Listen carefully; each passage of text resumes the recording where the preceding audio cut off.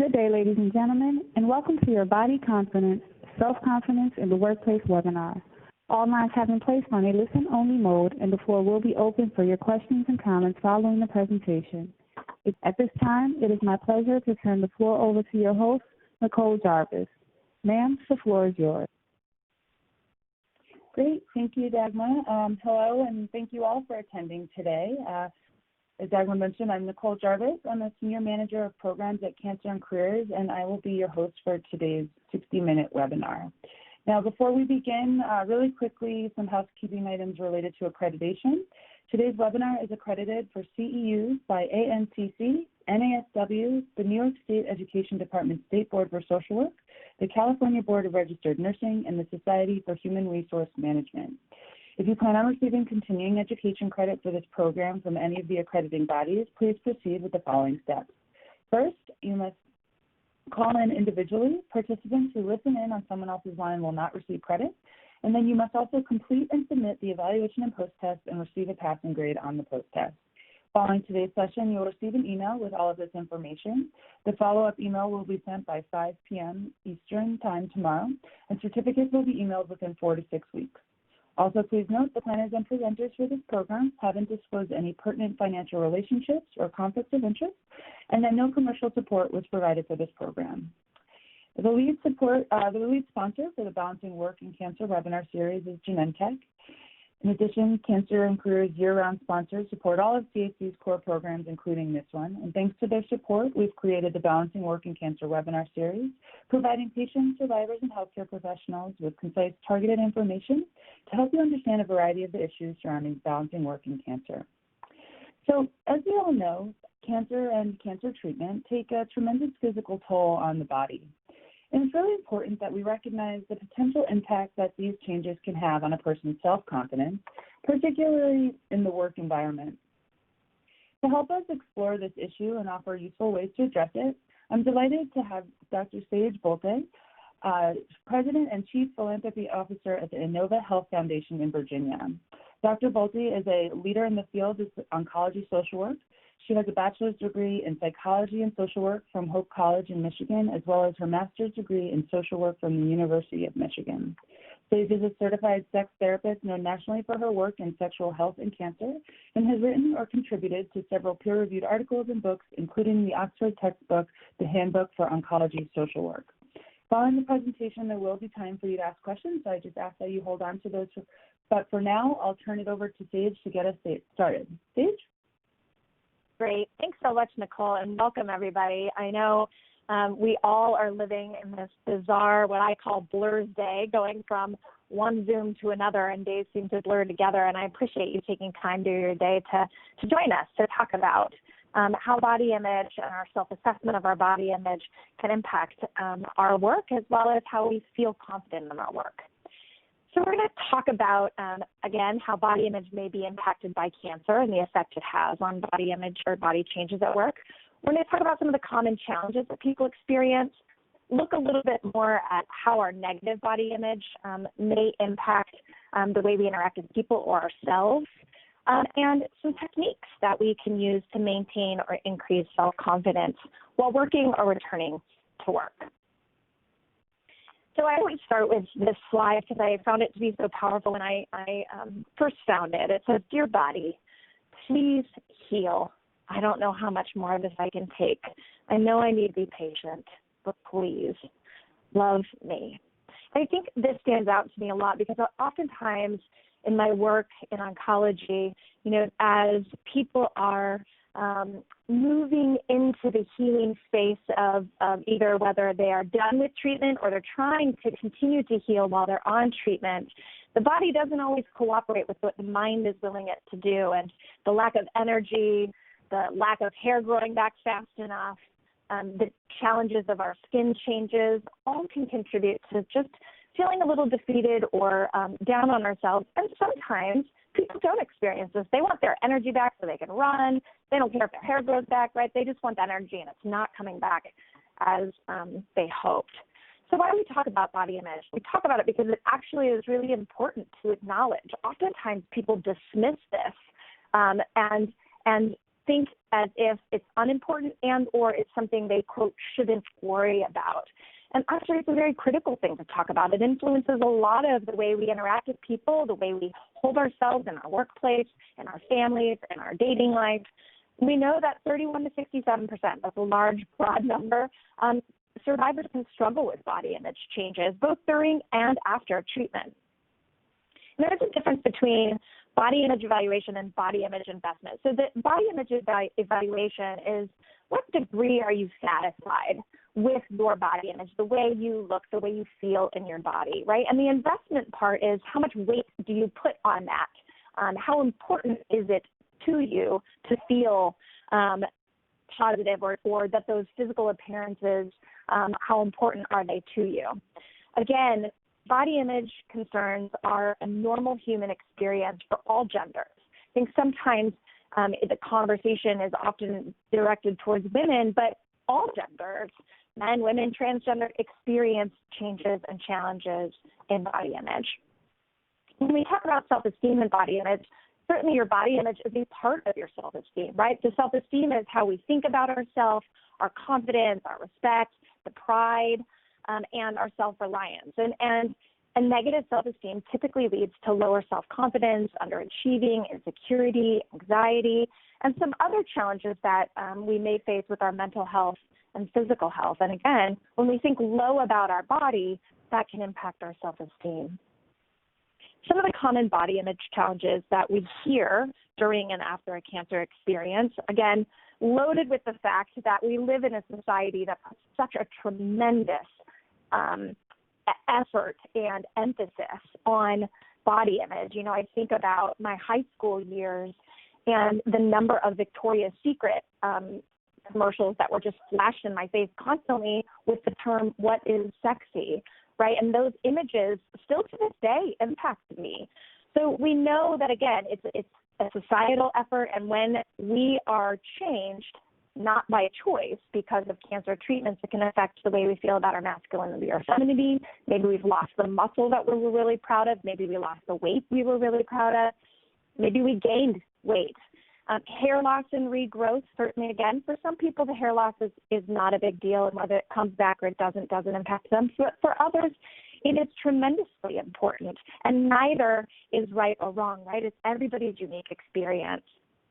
The changes in skin that people experience, the dryness, some as estrogen lowers in women, they might notice, and men testosterone, that the skin is more tender, it's less elastic, which can influence their confidence. Certainly there are disfigurements that can occur because of cancer treatments, and some of those are hidden, and some are very visible and not able to be hidden, and that can certainly strike, for some people, some discomfort. I think of a young woman I worked with who, just in my eyes, was just a beautiful young woman, and she looked beautiful without her hair. She knew how to wear this amazing scarf on her head, these great earrings, and none of that hair loss or the weight gain she experienced, none of that bothered her through the treatment. The thing that bothered her was her port scar, and for her it was because she felt like it was something she'd never be able to get rid of. It was the daily reminder of this. And for others, they say, I'm proud of this port scar, right? It's my reminder of how strong I am. And again, everybody's experience is unique. Certainly, some of the changes that cancer forces upon our bodies also force us to ask the question, do we disclose or do we not disclose, right? Do I wear a wig and try to kind of pass as if everything is normal? Do I go ahead and disclose? All of those questions can be really in our face when body image changes occur. I think it's important also to understand negative body image. Certainly positive body image is when we feel comfortable and confident and can flex with the changes that our body experiences. It doesn't mean that we look at ourselves and think, we are a goddess or a god, but that we feel confident in who we are and what our body is doing, and we're gracious with ourselves. On the other hand, negative body image can certainly increase when we have unrealistic expectations about treatment outcomes for appearance and functioning, right? That I'm going to be able to run, keep that muscle up as much as I was able to before, and suddenly we realize we can't, we feel bad about that. If we're preoccupied, if we notice that we're constantly staring in the mirror, wondering if our eyelashes have either grown back or are falling out more, right? When it's preoccupying our thoughts on a more regular basis, when we're avoiding people, when we don't want to go out because we're afraid someone will criticize. Not necessarily different than when we don't want to go out because we just don't want to have the conversation and we're sick of people asking, but when we're avoiding because of our own stuff, that's usually a sign of potentially a more negative body image. When, again, we're highly dissatisfied with the appearance outcome following treatment, whether that's if you've had a mastectomy and you've had a breast augmentation and you just can't seem to be okay with it, whether it's a scar that, again, you continue to focus on, it's that preoccupation with the physical flaws that can be and create a real challenge. And if you just think about it from a brain space, right, how much space in your brain does focusing on your body image take up? And if it's a significant portion, that's probably a sign that we need to do some work. We also know, again, that romantic relationships can be stressed by negative body image. If you're uncomfortable undressing, or if you're uncomfortable kissing, or you're uncomfortable being seen, that can lead to stress in relationships. If you're spending hours adjusting time to get ready, if you change your outfit 6 times because nothing is right, right? And again, one time that happens to all of us. But if you're noticing on a daily basis this is happening again, I would say that's a red flag to say we've got to create some balance. And if there is that constant sense of dread, anxiety, depression, or other negative feelings due to body image changes, again, could be correlated, all of these, with dysfunctional thoughts like, I'll never be good enough, I'm never going to be pretty again, right? And then maybe my maladaptive behavior is I withdraw, I don't talk to anybody anymore, I'm always off my camera on Zoom, or I feel bad, right? I have depression or anxiety, or I'm saying negative things to myself constantly that create a negative feeling in my body.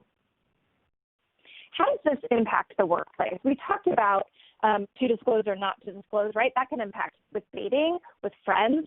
It also can impact in the workplace. And I'm not going to talk about the legal do I have to disclose, right? That's a conversation I think Cancer and Careers does a wonderful job talking about. This is really about, do I make the choice, right, to disclose? Do I feel comfortable with not wearing a wig, or with wearing a wig and keeping that to myself? Or am I constantly preoccupied if they're staring at my head? It certainly can challenge work-life balance and boundaries, right? When we can't necessarily hide some of the impact of cancer on our treatment, it can create awkward water cooler moments. It can create awkward moments where people want to ask you something, you don't really want to engage, and you can't hide it. So that can be challenging. Certainly, as we've talked about earlier, we can be anxious about the appearance changes and the questions we might get about it, or the comments of, that wig looks great, or I think you look great with your hair short, when really we really don't want to talk about it. We don't want to be reminded of it. Certainly there can be anxiety or insecurities that can contribute to lower performance at work. We might, again, be preoccupied. We might feel uncomfortable in our body, right? If we are on steroids, you might notice that you have more agitation, that your body just doesn't feel good or right. And if we're living with advanced disease, certainly there are some additional complex challenges related to body image because of as I used to run a metastatic breast cancer group, and we would talk about kind of that roller coaster ride of like, my hair is just growing back and at a length I really like, and then boom, I have to switch treatments, right? Or the ongoing conversation around the changes in appearance, people thinking you're done with treatments and making comments can create, again, some negative reactions and feelings. We also know that personal insecurities and relationship challenges may penetrate the workplace, that if you were close to a coworker and that coworker doesn't necessarily know how to have a conversation with you about some of the changes, or if you feel less confident, that can certainly create challenges. You might notice that you're avoiding relationships or avoiding conversations with your coworkers because you don't want to be asked questions. Or maybe you do want to be asked questions and they're completely avoiding it. And so now you feel this tension of wanting to talk to them but avoiding because it hurts for them not to ask. And again, Some of that is loaded in our body image. A lot of that is loaded in how we carry ourselves and the confidence in which we exude within our bodies and to others. So what do? I'm struggling with kind of how I feel. I'm struggling with how I look. I don't really want my coworkers to talk about it, but I'd really like to go talk to my manager about how I'm struggling with focusing and why. What do I do? First and foremost, it is your story. It is your life. It is your disclosure. And really getting comfortable with your own story is important so that if somebody wants to have a conversation with you, you know how you're going to respond. So certainly people at work oftentimes are kind, generous people who want to know how you're doing, and they want to support you. And so they might ask questions of like, how's chemo going? Or, oh, my mom had, breast cancer, and here's the information she used, right? They may bring it up without you bringing it up. So it's really important to understand your diagnosis, know the consequences of treatment and any risks for the future. And that's, again, just so you have your own confidence, so that if somebody says, when is your treatment going to end, or when are you done, you don't have to answer that, but you would be prepared to respond.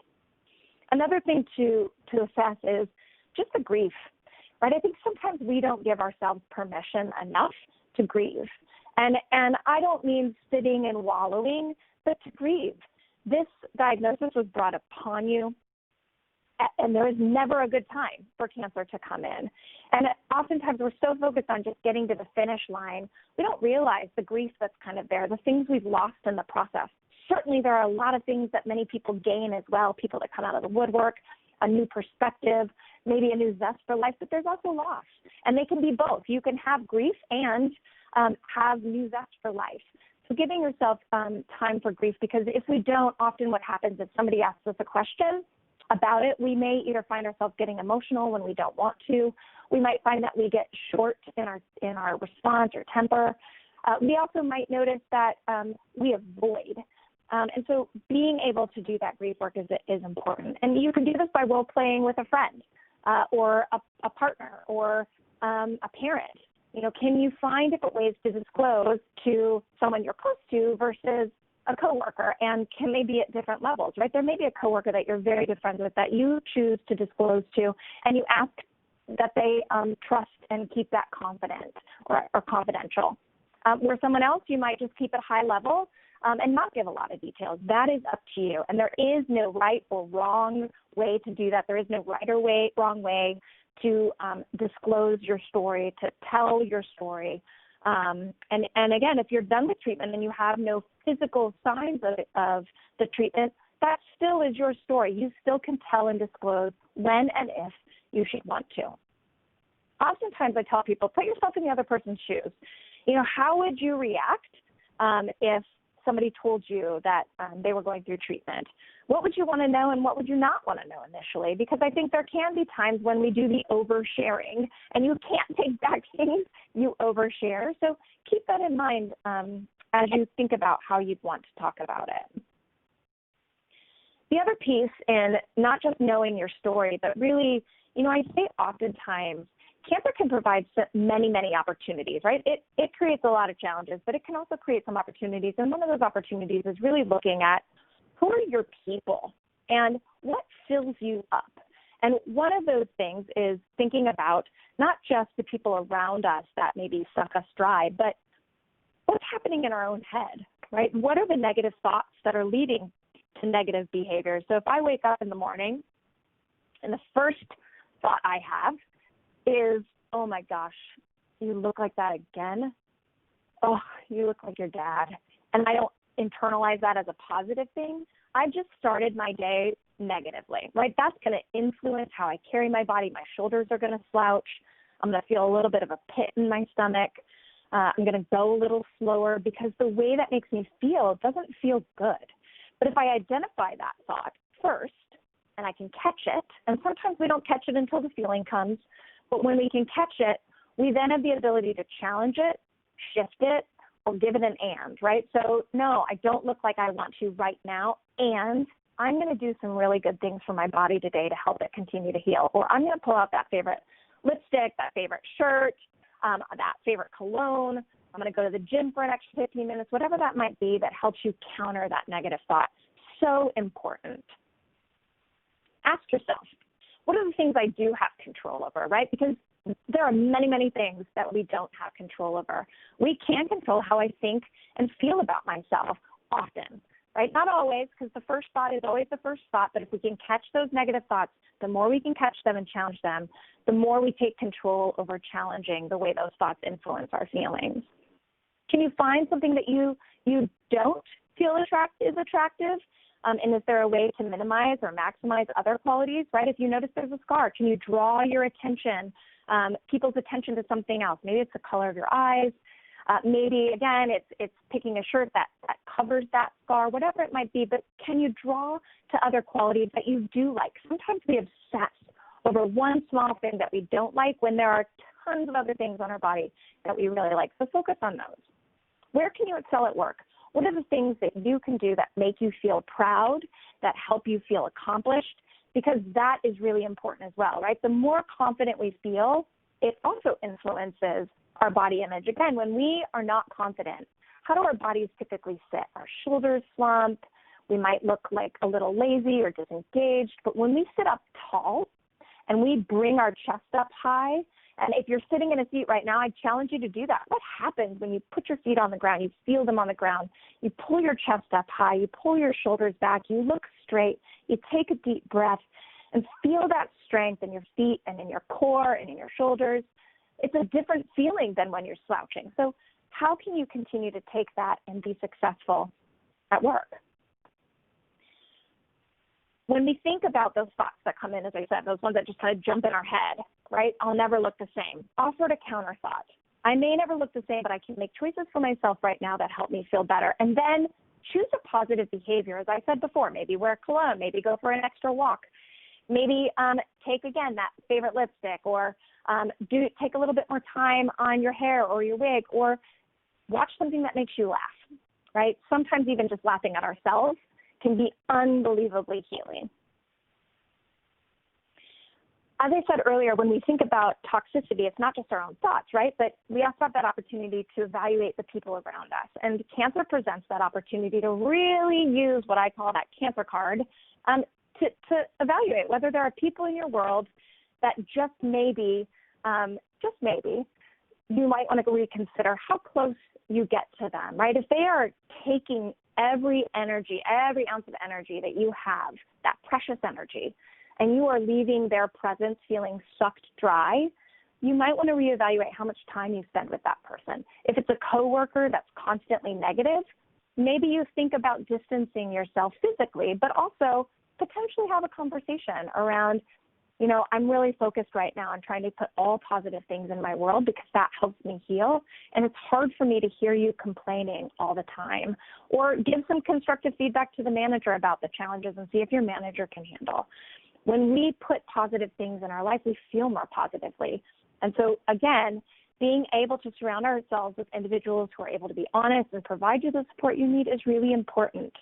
You could give an example to someone like, it's really not helpful when you say to me, everything's going to be okay, or everything happens for a reason. What I need for you is just to listen or tell me this frustrates you too, right? There's nothing worse than when you're having a bad day, somebody saying everything happens for a reason. You probably just want to look at them and imagine the confetti head.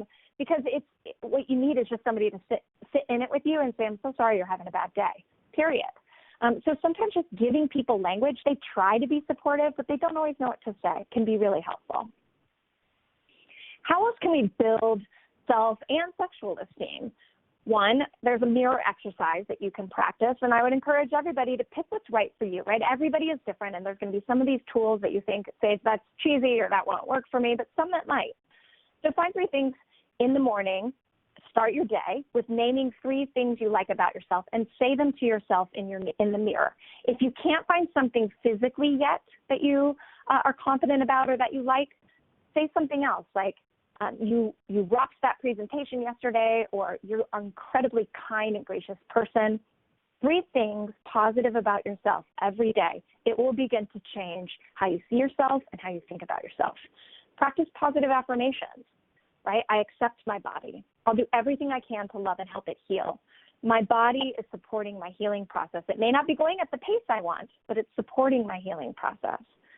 Take time to get to know your body, right? If we're worried or consumed by the way our body is, or we're worried about that date or being intimate with our partner, figure out what feels good on your body. Find out what does feel good and what doesn't feel good. Find out your limitations by getting to know your body rather than, saying yes to a walk. If you haven't taken a walk in a while, why don't you try it out yourself first so that you're confident going in? Learn to laugh at some of the changes, right? I think of one of my good friends who had metastatic disease and had that kind of hair in, hair out experience. And she and her sons would take turns doing mohawk days, right? And they would laugh their way through the hair loss. I know that's not possible for everyone, but if you can find something to laugh at, humor is so healing. Surround yourself with positive people, as I said before. Make a list of your past successes and your past successful relationships, right? Because again, even in the workplace, if things at home are tough, if we're not feeling confident in our relationships, if we're not feeling supported in our relationships, it can permeate the workplace. And when we're consumed by our own body image around, are they going to desire me? Are they going to want me? That can also permeate the workplace. And I think it's really important to make a list of your past successful relationships or your successes at work.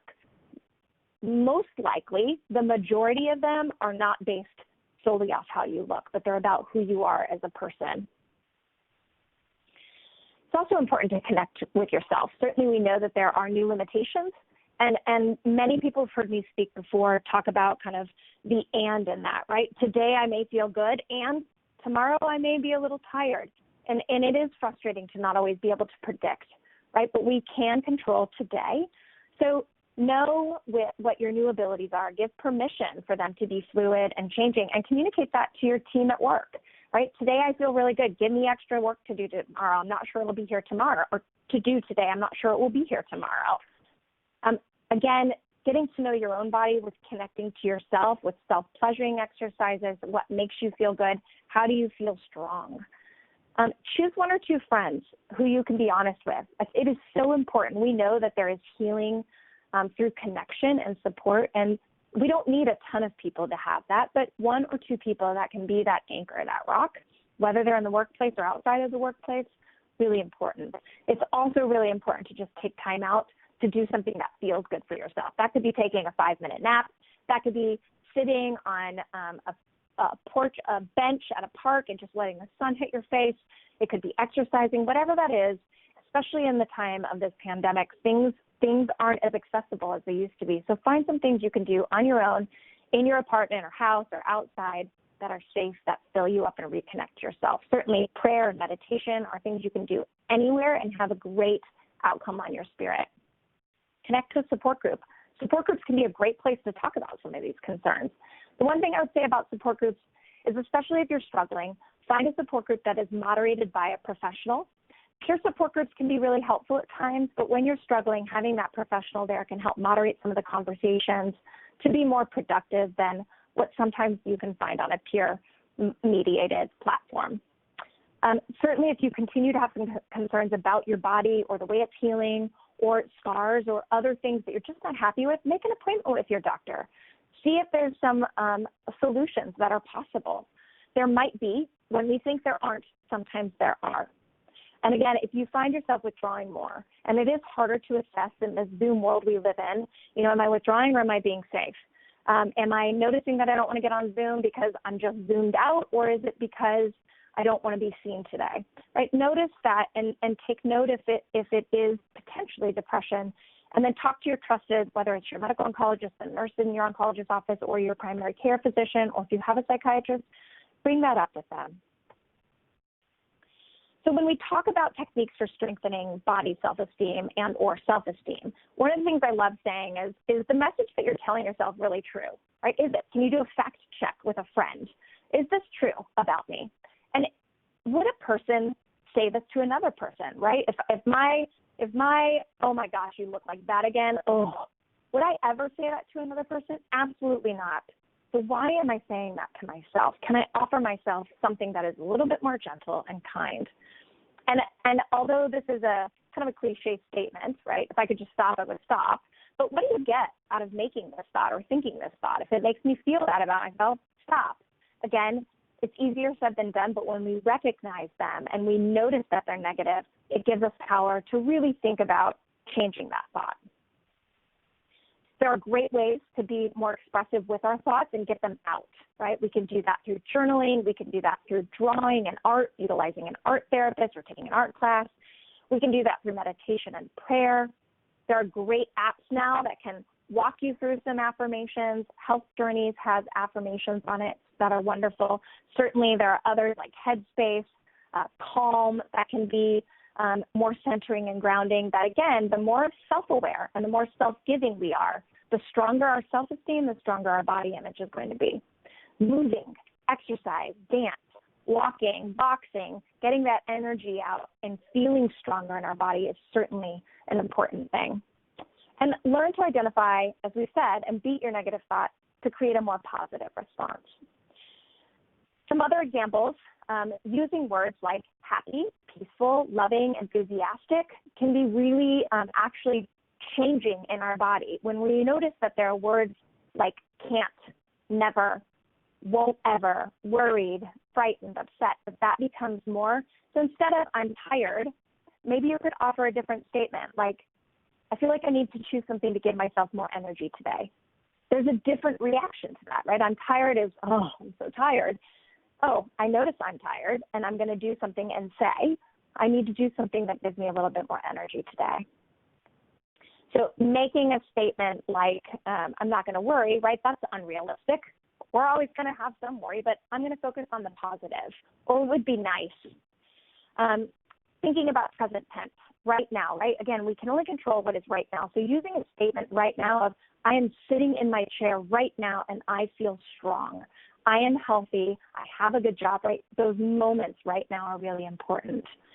And can you envision yourself in that space, right? What would it look like to be the healthiest version, the version of yourself? What would that healthiest version look like? And can you envision yourself there?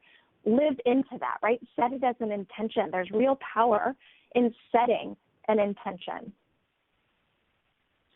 Some other options of countering the negative thought, for example, I always make mistakes, counter it with, I do a lot of things well. Usually when we get in that negative headspace, we get in the shoulda, coulda, woulda world and the never and always worlds, right? And when those words start taking over, man, do we box ourselves into little spaces where we will feel bad, and we often then shame ourselves.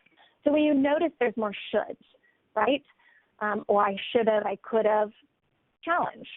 Give yourself something else. You don't always make mistakes. I do many things well, right? I deserve to be happy and healthy. Notice if you can start replacing those with statements. And honestly, if you're struggling with it, I would honestly recommend writing these on a piece of paper, keeping them in your briefcase, your purse, your pocket, on your fridge, on your mirror, to give yourself some additional confident language. Another go-to list of keeping a list with yourself would be making a list, and you keep this on your person so you have it to go to when you're feeling down. List at least 5 of your strengths, so honesty, persistence, courage, friendliness, creativity, 5 things you admire about yourself, right? You've raised your children. You have good work ethic. The 5 greatest achievements in your life so far, right? Maybe like getting through a cancer diagnosis, graduating from high school, and at least 20 accomplishments. Simple things like I learned to cook eggs when I was 10, right? Or I learned to tie my shoes. Give those accomplishments and write them down. It's so important to start recognizing the good things about ourselves and what we can do. Write at least 5 ways you can treat yourself, right, in 15 minutes. This is something that you can do that isn't food or that doesn't cost anything, right? So maybe it's getting on a YouTube. My favorite when I'm feeling frustrated or down, laughter usually helps me a lot. And there are those YouTube videos of babies that laugh at just anything, like the dad tearing paper.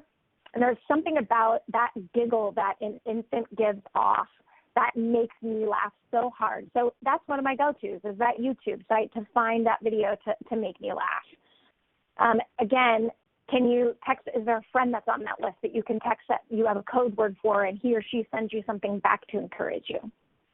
5 things that can make you laugh, 5 things you could do to help someone else. We know that giving of time, talent, and treasure is actually really healing. And then 5 things you can do to make yourself feel good about yourself, right? Whether it's dressing nice, especially in the days of this pandemic, so many people are not necessarily getting dressed up for work. And what we're seeing is when you do, you set intention to get up at the same time, you get in the shower, you put on your clothes for work, even though you're not in the office. It makes a huge difference on how you feel, how productive you are. So keeping those routines and that schedule can be really important right now. Being your own positive voice. So this was really, to be honest, this was really hard for me the first time I tried this. And I thought, oh my gosh, 10 minutes is way too long. So I set a timer for 2 minutes. And write your name across the top of the paper, and then write everything positive and good you can think about yourself. And again, nobody's looking at this. This isn't your brag sheet to give to someone. This is just for you because, again, the more we can claim the positive things, claim our strengths, claim the things that we've succeeded at, is so important to be able to keep and refer back to. And you might grow that list over time, but fold it up, keep it in a safe place to read over and over again. It is so important to be able to access that. And if you struggle accessing that, try it in 2 minutes, then a little bit longer, or call your best friend. Ask your best friend to do it for you to see if that would break you from some of the negative thinking. We know what research says. Research says that cognitive behavioral therapy interventions, so CBT, which is where we identify that thoughts can create feelings, feelings create behaviors. If we can work on that self-schema, the way we view ourselves, the thoughts that are happening influenced by external and internal forces, we can do a better job at managing those negative thoughts and feelings. We know that that can help with body image as well, saying more positive things to ourselves, taking time to utilize mindfulness, right? Being really mindful of the time that you take to take care of yourself, mindful in that moment of how my skin feels soft when I put lotion on it. That's a mindful moment that's also nourishing to our head, it's nourishing to our body. We know that psychoeducation, stress management, problem solving, cognitive reframing, and communication skills as part of CBT are really important. For example, one of the tools I often give people to think about is communication skills, where you start with a fact, a belief, a feeling, and then an action. We're typically pretty good as humans at stating the fact, the belief, and the feeling. We're not so great at giving people what they can do better. So I'll give you an example. Maybe you've noticed that your partner is not initiating touch as much as he or she used to. And so your belief is they don't find you attractive anymore. And that's making you feel sad. Maybe you're feeling more shy or withdrawn. And you haven't told this to them. Here's how you might do it, stating a fact. You know, ever since my cancer treatments, I noticed that you just don't touch me as much. That's a fact. Belief. I believe it's because you don't find me attractive, or my hair loss is hard for you, or my scars are hard for you, right? And then the feeling. It makes me feel sad because I so desperately want to be held by you. I so desperately want our physical or intimate relationship to be the same, right? Typically we can do that, and usually it's probably in a more blunt, like, ever since cancer, you don't touch me anymore. I think it's because you think I'm ugly. We're not so eloquent always. We need to give people that action, right? Because oftentimes then if we disclose that to our partner or a friend or a coworker, if we don't give them an action, they're just going to stare at us like a deer in headlights. They won't know what to do. So an action would be, you know, I would really love it if when I come home from work, or when on Tuesdays and Thursdays, if we take intentional time to just hold each other, if you initiated more often, if you kissed me more often, right? Give them things to do. Now the trick is, when your friend or partner or coworker responds and acts to do the thing you've asked them to do, maybe that's, hey, give me a positive affirmation every day when I ask. Whatever it might be, what you can't do is say, I don't believe you, you're only doing that because I told you to. You've got to let them live into it. Other things we know that help body image, as we talked about, is expressive supportive therapy, right? Expressing that through art, through dance, mindfulness, meditation, and being able to express the challenges we're having on paper or on a canvas without having necessarily to talk about it, right? We all process differently. Sometimes we need to internally process without saying anything, saying it through written word or art before we can say it out loud. We also know that certainly there are cosmetic interventions, whether that's through a makeup artist helping us to learn new techniques to shade skin that maybe has gotten more rosé, or to cover up a scar. There might be cosmetic interventions that, whether it's a cosmetic surgeon, a plastic surgeon, could offer you to help minimize.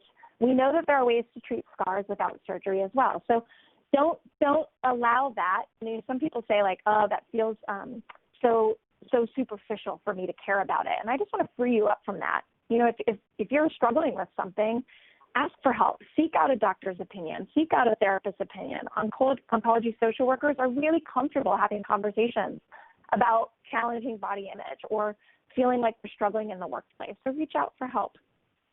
We know in general, feeling your body, getting to know your body, feeling stronger in your body also help your confidence. And again, all of this has to do with how we exude our own confidence in the workplace, right? When I feel stronger, I exude that strength in all areas of my life. If I'm feeling insecure, I exude that in all areas of my life. So some of the ways we can get more confident in our body is through sensate focus exercises, right? Where we're just, with the pressure of no one else around us, we're just slowly and intentionally touching our body, starting with our fingertips and just gently moving up our arm to our chest, touching our body in ways that we start to notice, like, oh, that scar feels bad to be touched, or, oh, that feels nice to be touched, where you start noticing what feels good. And certainly physical fitness interventions or again, movement, get your body moving. Moving is healing. And if you need weight loss, if you're looking to build strength, certainly there are ways that you can do that through exercise and diet. We also know massage therapy can help with the reduction in stress. And so certainly that, again, if you have that as an option, or you have a partner or a friend who would give you a massage, again, the lower your stress, the higher performing you're going to be in your job. So in summary, as we leave time for questions, we know, again, that cognitive behavioral therapy and exercise have been shown to be the two most effective interventions for managing body image concerns and challenges. You are, again, as cliche as it sounds, because you don't always feel like you're in charge of yourself, especially when cancer comes in and takes over, but you are in charge of how you respond and react to that. When you're tired, how are you going to respond and react to that? When you have chemo fog and you can't remember the name of the coworker, how are you going to respond to that? We can choose to respond in a way that's negative and say, oh, so sick of this, right? Or we can offer ourselves some grace and say, oh, gosh, chemo brain is so interesting. I'm so sorry. What was your name again? Or take a moment and pause because it's going to come back to you. We can laugh at some of those things instead of feel frustrated or self-degrading. Be patient with the changes. And I know, again, that sounds cliche because being patient doesn't speed things up and it doesn't necessarily make this better, but it certainly helps our response too. The changes will occur. The hair does grow, and it may grow in differently. You might notice that you can't sit as long as you used to, so you have to get a standing desk to be more effective. Give yourself the grace and patience to allow your body some of that space to heal. If you notice that you're just getting stuck, you're getting stuck in the shoulds, you're getting stuck in the couldas, you're getting stuck in the shaming conversation, then I would really encourage you to reach out to a professional. You can certainly look through your workplace, through your employee assistance program. You could reach out to the Association of Oncology Social Work and see if there's a counselor near you. If you're struggling with sexual self-esteem, certainly reaching out to the American Association of Sex Educators, Counselors, and Therapists. You could see a certified therapist or counselor to help you work through some of those roadblocks as well, or finding a professional within your insurance plan that does cognitive behavioral therapy. And although I said patience earlier, allow time to adjust. It takes time to adapt, so treat yourself with compassion and kindness, and be not just willing to let yourself have a really great day and then the next day not be as good, but let the people around you know that just because today I feel low, tomorrow I may feel great, right? Let them know so that everybody's expectations can be fluid and flexible. Talk with others. As we talked about, support groups can be really helpful. Maybe there's a support group within your workplace. Maybe there's one at your church. Maybe there's one in a local community organization. There are certainly many online as well. As we've talked about many times, movement is so critical. So keep that physical activity going. And that could be you doing just stretching exercises on the floor if you're noticing your fatigue is too big. It might be walking to the mailbox. It might be Zooming with a friend while you walk around your neighborhood, right? It may be doing something that keeps you moving, because it's so important. As you move and you feel stronger, it's going to allow you to do more activities as well.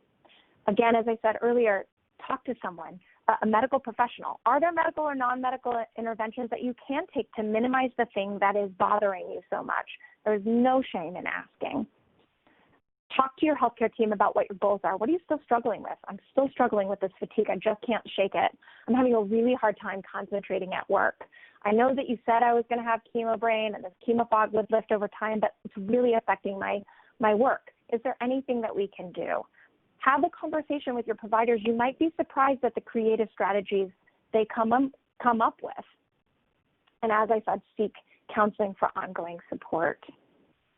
And lastly, I want to finish with just reading this statement before we go to questions. I loved this image that they put out, and I thought it was so powerful and so telling of what we're all talking about today. Dear body, I wasn't always happy with you. I wanted longer legs, a flatter tummy, firmer arms. But recently, we've been through a lot, you and I. We faced cancer together. We lost our right breast. Our hair fell out. But we got through it. And now I've learned to love and accept you for what you are. You are my body. Oh, I'm sorry. Not perfect, but beautifully imperfect. You are my body, and I'm proud of you. I hope that what you found in our conversation today provided you some tips and tools on strengthening your body image so that you can be your best version of yourself at work and at home. And I look forward to answering any questions that may come up.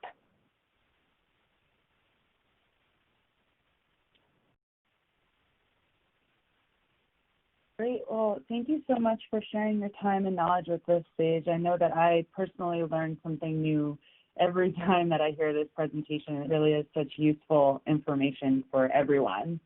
Thank you. Really quickly, we'll put your contact information up here. And again, Great. Anybody who wants to have the slides, they're available for download on the side, and we can send the link again if you weren't able to access them before. And just really quickly, before we head into the Q&A, I just want to highlight some of our upcoming events. We do have a number of sessions left in our Balancing Work and Cancer webinar series. So we have some on setting boundaries and getting newly diagnosed, as well as one on health insurance in November, which is right in time for open enrollment. We are also working on some of our more virtual programming to take place in the fall, so definitely keep an eye on our upcoming events page.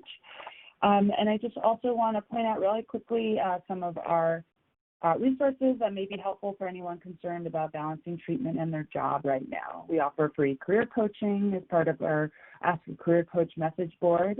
We have a roster of career coaches who can help answer any questions you might have and allow you to get personalized feedback to suit your needs. If you would also like to get more information on how to handle working through treatment or returning after, we do have an At Work section on our website with a number of articles that include relieving stress and also going back to work. So now it's time to open up to some questions. Our operator, Dagmar, will explain how the Q&A works, and I'll just leave up the CEU requirements for you now. Dagmar? Thank you. The floor is now open for questions. If you do have a question, please press star 1 on your telephone keypad at this time. Questions will be taken in the order they were received. If at any time your question has been answered, you can remove yourself from the queue by pressing 1. Again, ladies and gentlemen, if you would like to ask a question, press star 1 on your telephone keypad, or you can enter your question into the Q&A box located on the lower left corner of your screen. Please hold while we poll for questions. It does look like we have some in the chat box, so we'll get to those first, and then if anyone's on the phone, Dagmar, you can put them through. There's a couple questions from Catherine. One is, how do you find therapists experienced in health-related body image issues? Yeah, great question. And I wish I had a simple answer for you, Catherine. Oftentimes what I recommend when you're looking for a therapist is interview them, right? So I would say anybody that specializes in grief and loss and or living with chronic illness, they are going to have a greater sensitivity and awareness of how to work with someone who has disease-related body image concerns and issues. People that work with chronic illnesses like Lyme and lupus, Parkinson's, they're going to have a better understanding. So when you go to, you can look up, therapists on Psychology Today, for example, they'll say what their specialties are in that box, and I would look and see who talks about chronic illness and then grief and loss. They are going to be the ones that I would tend to, and then what I would do is call them and interview them, see if it's a good fit, what you're struggling with, and how they respond to that. And sometimes it takes a few visits. I usually, when I'm seeing clients, I say, let's give it 3, unless it ultimately right away seems like not a good fit. I say, let's give it 3 sessions and see how this feels after 3 sessions to see if this is the right fit for you. Great, thank you. Desmond, is there anyone on the phone? There are no live questions. Okay. Another one is how does one get access to a cosmetic-focused intervention? How does one find a cosmetic oncology specialist? I'm many years past treatment and have no hospital connections currently. So even if you don't have any hospital connections currently, I would say look at your local, whatever your local hospital is, to see if they have whether it's a spa or one of the team members there that focuses on like Look Good, Feel Better, one of the classes that American Cancer Society taught. I know there are some great places like Nordstrom and some other of the just general department stores that actually do a wonderful job working with survivors on figuring out how to mask some of the skin changes, how to enhance certain things. So certainly you could try that. The other recommendation I would have is consider talking to your dermatologist about some of the concerns that, and again, they usually have access to other cosmetic people, because there aren't necessarily people who specialize other than breast augmentation. There aren't people who necessarily specialize in oncology cosmetology, but there are lots of cosmetologists and or plastic surgeons out there that are very passionate, compassionate, and tuned in with helping someone feel their best. So again, it's a little shopping, and I wish I had a direct link for you, but those resources tend to be good. And I would start with honestly just seeing if you could connect with the oncology practice at your local hospital and see what recommendations they have locally for you. Okay, great. Hopefully, Catherine, that answers your question. Again, is there anyone on the phone currently? There are no live questions. Okay. It looks like we do have another question from Sarah. She says, I have permanent scars from my cancer treatment, and although I've been in remission for some time now, people often think that I'm still receiving treatment due to how I look. Basically, I can't hide that I have cancer, and although I'm really excited to be starting the process of going back to work and having interviews, I am really nervous going into interviews because they automatically know that I've had cancer. So do you have any suggestions for how I might be able to cope with this? Yeah, that's a really common question, Sarah, and one that a lot of people struggle with, especially for those who have long-term effects that are clearly related to some kind of illness. So one, I think what is most important for you, Sarah, is to feel confident, right? Because when somebody is confident, we're looking at their eyes. We're not looking at the scars on their neck or their face or their head or their arms, right? We're looking at their eyes, and that confidence is going to be critical because even if they suspect or wonder, they can't ask you in an interview that they aren't allowed to ask you.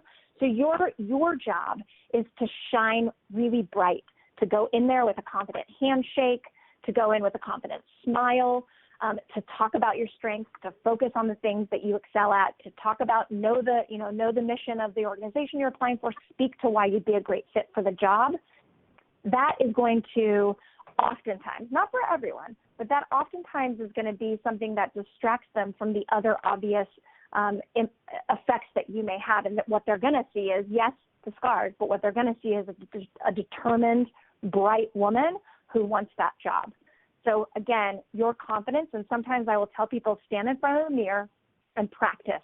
Practice that confidence. Practice looking at your eye, or grab a friend who you feel comfortable doing, and practice that confidence. What you wear on your interview too, whether it's a Zoom interview or it's a live interview, what you wear is also important. Wear something that you feel the strongest in, the most confident in. That's also going to be really important.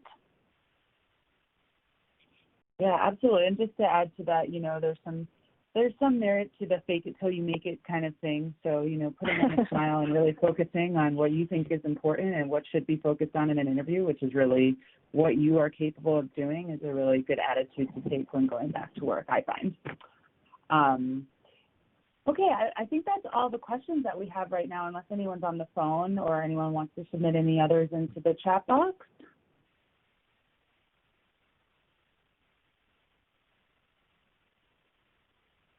Okay.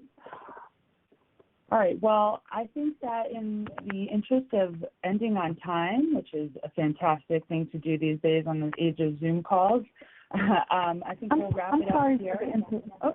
Sorry for the interruption. A live question just came in. Oh, fantastic. Okay. Okay, we have a question from Cynthia. Please state your question.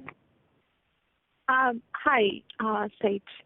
So just to follow up on the comment that you made about feeling confident, because when you do that, people will look at your eyes. So what if it's actually some of those long-term effects of treatment are actually in your face? I mean, in my case, I unfortunately needed to have radiation to part of my face, particularly one of my eyes. And that eye is definitely smaller than my other eye, and it's definitely something that I'm always, overly aware when I'm talking to people. So, yes, that's a great question. So even though one of your eyes is impacted, right, our eyes say a lot. And so the eye that may be smaller can still be confident, the other eye too. And I think the other piece, the other part that people will see is not necessarily the size or shape of your eyes, but when we smile, right, our eyes do brighten up. So I think, that is a wonderful question. And certainly I know there are people who have had their eyes removed and have a prosthetic eye. The confidence that is exuded in looking at their eyes and smiling, right? I know that I might look different to you, but I am strong and I am confident and I am capable, and smiling your way through that is going to be in the brightness of your eyes. When we are insecure and we kind of bashfully pull our eyes away, which is a very normal human reaction when we feel uncomfortable, it makes the person across from us notice that, and whether they feel uncomfortable, because then they're not sure whether to look you in the eye or not.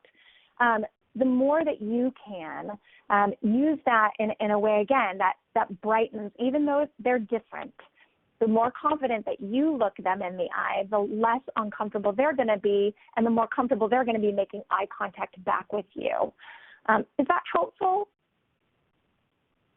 Yes, thank you. You're welcome.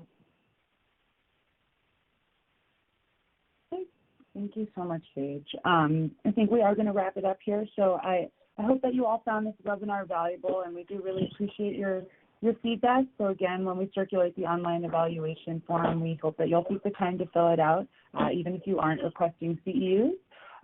Feedback is really not only very helpful in shaping future calls, but also so that we can continue to receive the funding to have these types of programs. If any questions come up for you after this webinar, please feel free to email us at cancerandcareers@cew.org, and we'll be sure to get answers for you. Again, the requirements for obtaining CEUs are on this slide. I want to thank Sage so much for your insights, and thank you all for attending. Have a wonderful rest of your day.